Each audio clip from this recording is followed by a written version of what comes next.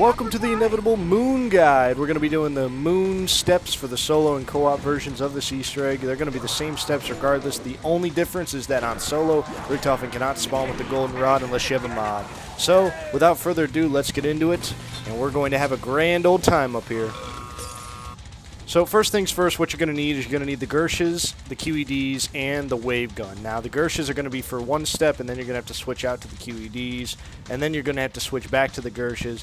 But on a co-op game, this just means one person needs the Gersh, one person needs the QED, and then one person needs the zap gun / wave gun. Literally for only one step. I don't know why they made it the way they did, but they did, so. Alright, first step, first things first, turn on the power. I mean, it's pretty simple, it's a staple across everything. Go out to this set of terminals, and you're going to play Simon Says, which, if you don't know what Simon Says is, I really don't know how else to explain it to you, except it's going to flash colors, and you got to find the colors on the screen. So, from left to right, it's going to be red, green, blue, yellow, and you're going to flash your command as it flashes its command. You're going to do this for about 6 total sequences. If you fail, it'll blink red and tell you you're wrong and restart.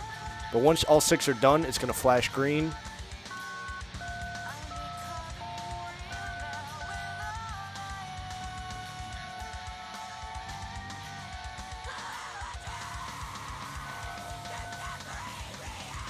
Go ahead and pick up a hacker, and then you can go inside of this little catacomb area, and you're going to see these 4 buttons on the wall. They're going to lock when you go up close to it. Go up and hack it for 500 points, and then 4 green terminals around the map are going to show up, and you're going to need to hack all 4 of these in 60 seconds. Excuse me while I fondle with the hacker really quick. I don't know what is wrong with me. But all of these are inside of this little area, and you'll see them because they'll be glowing green and making a loud buzzing noise. It's like a very loud hum. It's very noticeable. Also pick up the pipe around here as well. It can be in any of these areas. It could also be outside near the 1 box location, but it's really easy to spot, honestly. You just have to keep holding X on everything, or F if you're on PC. And here we come with our 4th one.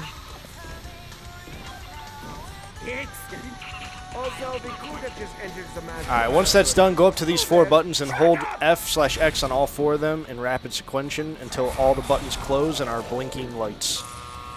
Alright, now go back to Earth, throw a grenade, blow these plates off, and Gersh them. Now, the only reason I'm doing this step now is because Excavator Pi can take a long-ass time to show up. In my game, it took till round 9, and it just kind of pissed me off, so we're doing this first. Throw a Gersh at those plates. They're going to teleport onto the pad. I would recommend pack-a-punching the pistol if you can.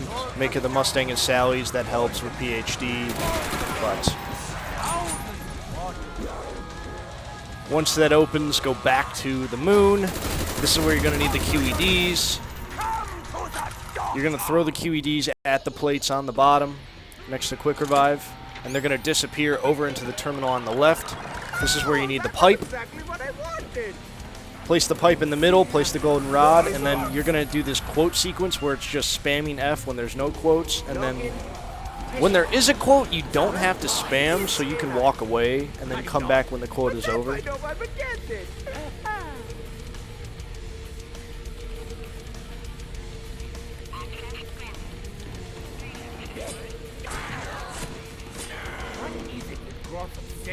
American women. All they do, they get. No matter. Time to charge up the Casimir mechanism. Now is the one.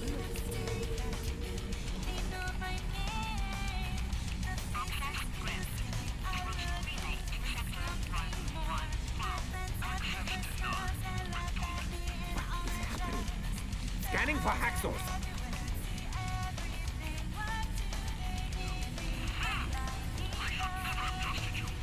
Max, how on earth did you get into the machine? No matter.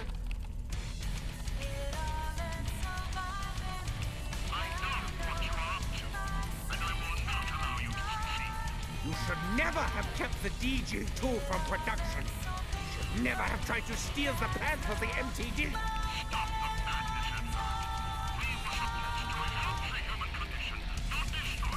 Indeed. And now you are dead. And your little girl is going to be next. She is the source of madness. Not I.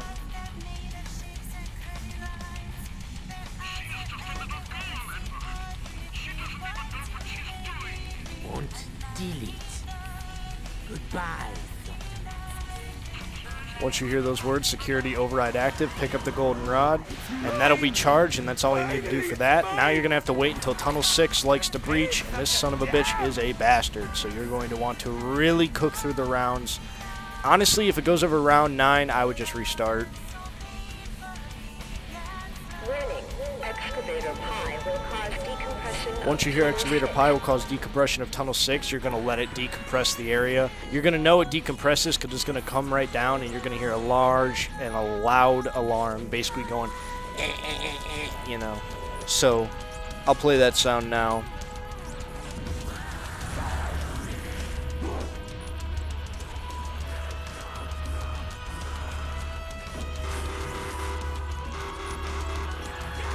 Give it a couple seconds and then hack the excavator to move it up. Massive decompression in Tunnel 6.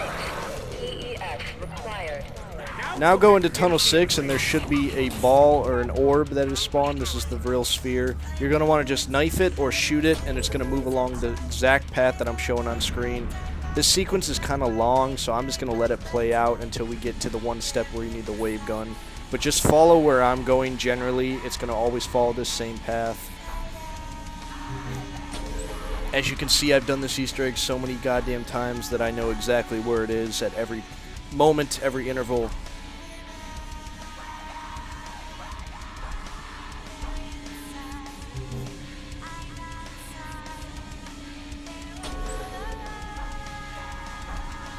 Alright, so this is where you're going to need the wave gun. It's going to bounce off that railing and go up until the satellite. And you're going to want to wait till it lands on the satellite and then shoot the wave gun at the orb. The orb will bounce off and then go to the other side by Tunnel 11, and you're going to need to open Tunnel 11 if you haven't done so by now. But usually you'll have it done and open by the time Tunnel 6 decides to actually excavate, so just keep following it. It's really going to be a matter of patience, waiting for it to finish out its sequence. When it comes up to this area, though, by stamina up, just shoot it. It's going to land up there. Yep. Shiny.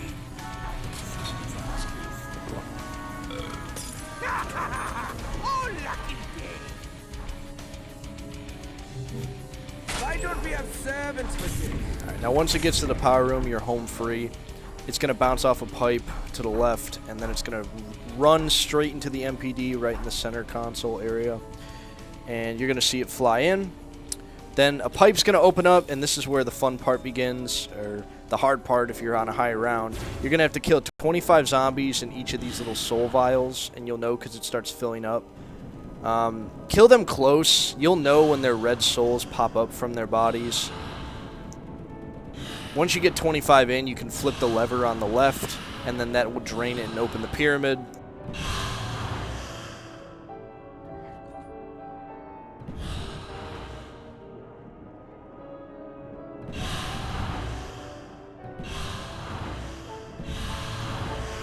Now, very important, by this step, you're going to have the goldenrod if you follow this exactly, but just open the pyramid and stand in the middle where the Vril device will be placed, in front of that center console where the Vril Sphere went, and you're going to start the next step immediately as you get your 90-second death machine to optimize it. Is this going to be so much fun? Finally. Richtofen will give his quote, and all 4 of these soul canisters will pop up. You just have to power each of them with 25 souls. Samantha's going to be yelling at you this entire time. That's how you know you're doing it right.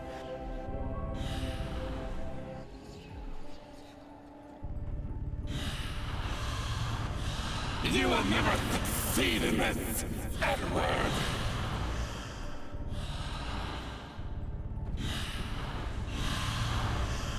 The blackness will swallow your pride. Something far more terrible than you lies here.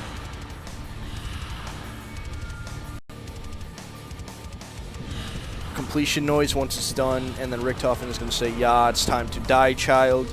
And then you're going to go up to the pyramid and place the goldenrod in its placeholder. And then the person playing as Richtofen will hereby receive all permanent perks and swap souls with Samantha.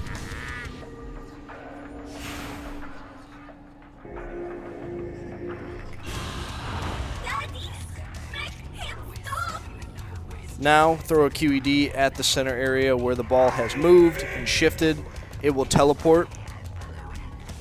Go back to the Samantha Says consoles, and then you're going to play 3 rounds of it after Maxis makes this quote. Richtofen has entered the device. If you free me, I will help you minimize the damage that he will inevitably cause. So once this starts up, these sequences are going to be a little more convoluted.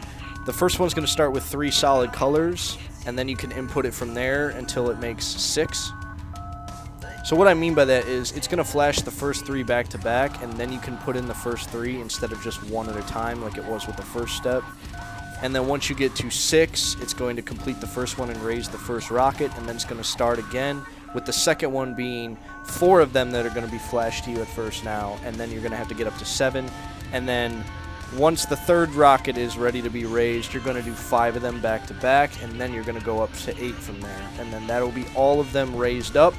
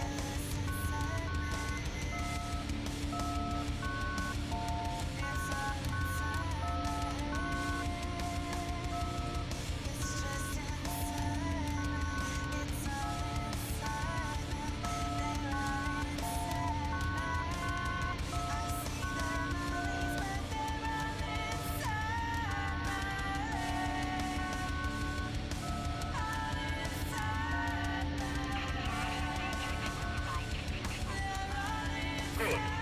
Now that I am in control of the station, we have one last chance to sever Edward's link with Earth. I will calculate the position. Retrieve the artifact and take it to the launch platform. And then you can grab the Gersh devices again and throw one at the sphere in the bottom right corner. And then that will start the rocket launch sequence. And once that's finished, you will complete the moon Easter egg.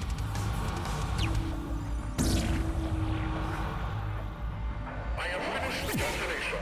Launch protocol initiated. Launch in 5, 4, 3, 2, 1.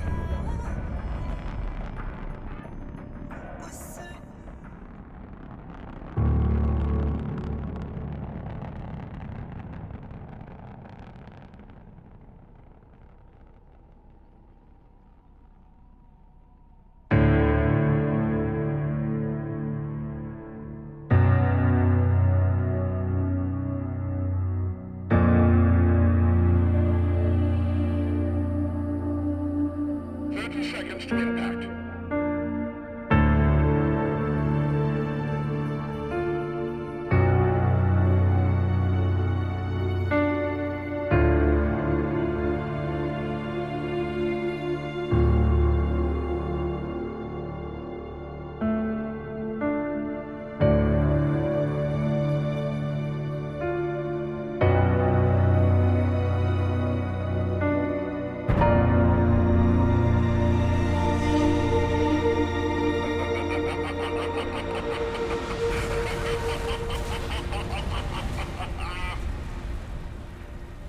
This is more of a simple guide. It's pretty fast and straightforward. The only reason it's longer is because I left the quotes in, but I figured it's good to know what the hell is going on at every step of the way. Thank you all so much for watching. I'm going to have Ascension coming out soon. I appreciate you all, and also fun fact with the Earth in the background here, if you look up, because of the skybox being the same for the moon and Area 51, it's going to be in the back right, all blown up and saturated, so you'll actually be able to see it in its full PNG form. All right, thank you very much. Have a great day. I appreciate you all. Bye-bye.